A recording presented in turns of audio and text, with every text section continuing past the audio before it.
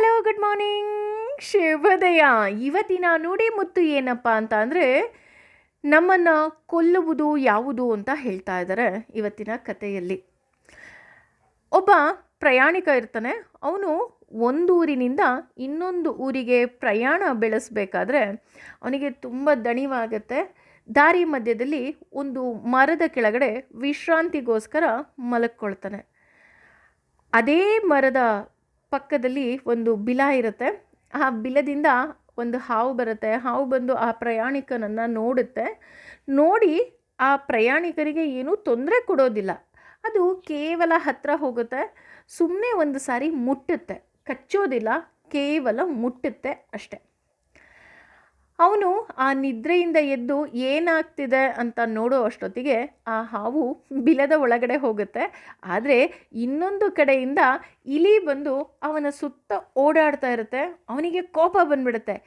ಥೂ, ಏನಪ್ಪ ಮಲಗೋದಿಕ್ಕೂ ಬಿಡಲ್ಲ, ಎಂಥ ಇಲಿ ಇದು ಅಂತ ತಕ್ಷಣ ಆ ಇಲಿಗೆ ಒಂದು ಹೊಡಿತಾನೆ. ಆ ಇಲಿಗೆ ಕೋಪ ಬಂದ್ಬಿಡುತ್ತೆ. ನಾನು ಏನೂ ಮಾಡಿಲ್ಲ, ನನ್ನ ಪಾಡಿಗೆ ನಾನು ಓಡಾಡ್ತಾ ಇದ್ದೀನಿ, ಇವನು ನೋಡಿದ್ರೆ ನನಗೆ ಹೊಡೆದ್ಬಿಟ್ನಲ್ಲ ಅಂತ ಮಾಡ್ತೀನಿರು ನಿನಗೆ ಅಂದ್ಬಿಟ್ಟು ಅವನು ಮಲಕ್ಕೊಳ್ತಾನೆ. ಮತ್ತೆ ಮಲಕ್ಕೊಂಡಾಗ ಮಾಡ್ತೀನಿ ಅಂತ ಅಂದ್ಬಿಟ್ಟು ಅವನಿಗೆ ಜೋರಾಗಿ ಕಾಲಿಗೆ ಕಚ್ಚಿಬಿಡತ್ತೆ. ಅವನು ಎದ್ದೇಳೋ ಅಷ್ಟೊತ್ತಿಗೆ ಆ ಇಲಿ ಅಲ್ಲಿಂದ ಪರಾರಿ ಆಗಿಬಿಡತ್ತೆ. ಆದರೆ ಅದೇ ಸಮಯಕ್ಕೆ ಬಿಲದಿಂದ ಹಾವು ಬರುತ್ತೆ.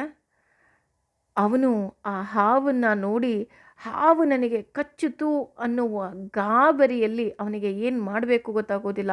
ಅಯ್ಯೋ, ಹಾವು ಕಚ್ಚಿಬಿಟ್ಟಿದೆ, ನಾನು ಏನು ಮಾಡಲಿ ಅಂತ ಭಯದಲ್ಲೇ ಅವನ ಪ್ರಾಣವನ್ನು ಕಳೆದುಕೊಂಡ್ಬಿಡ್ತಾನೆ. ನಮ್ಮೆಲ್ಲರಿಗೂ ಗೊತ್ತು, ಹಾವು ಕಚ್ಚೇ ಇಲ್ಲ, ಅದು ಕೇವಲ ಮೊದಲು ಮುಟ್ಟಿತ್ತು ಅಷ್ಟೇ. ಇಲಿ ಕಚ್ಚಿದ್ರೆ ಯಾರೂ ಸಾಯೋದಿಲ್ಲ.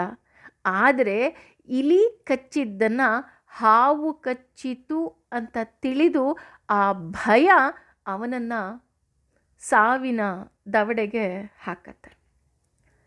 ಯಾಕೆ ಈ ಕತೆ ಹೇಳಿದೆ ಅಂದರೆ, ಭಗವಂತನನ್ನು ನಾವು ಆರಾಧನೆ ಮಾಡಬೇಕಾದ್ರೆ ಭಯ ಇರಬಾರ್ದು, ಪ್ರೀತಿ ಇರಬೇಕು.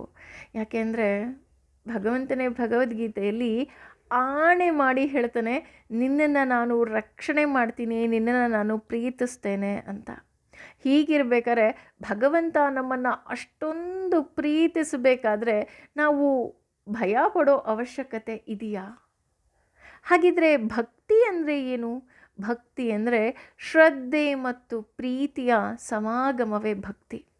ಅಲ್ಲಿ ಶ್ರದ್ಧೆ ಇರಬೇಕು, ಗೌರವ ಇರಬೇಕು, ಅದಕ್ಕಿಂತ ಹೆಚ್ಚಾಗಿ ನಾನು ಭಗವಂತನಿಗೆ ಸೇರಿದವಳು ಅನ್ನುವಂತಹ ಸಮರ್ಪಣಾ ಭಾವ ಇರಬೇಕು. ಯಾಕೆಂದರೆ ಭಗವಂತ ನನ್ನವನಲ್ಲ, ಆದರೆ ನಾನು ಭಗವಂತನಿಗೆ ಸೇರಿದವಳು.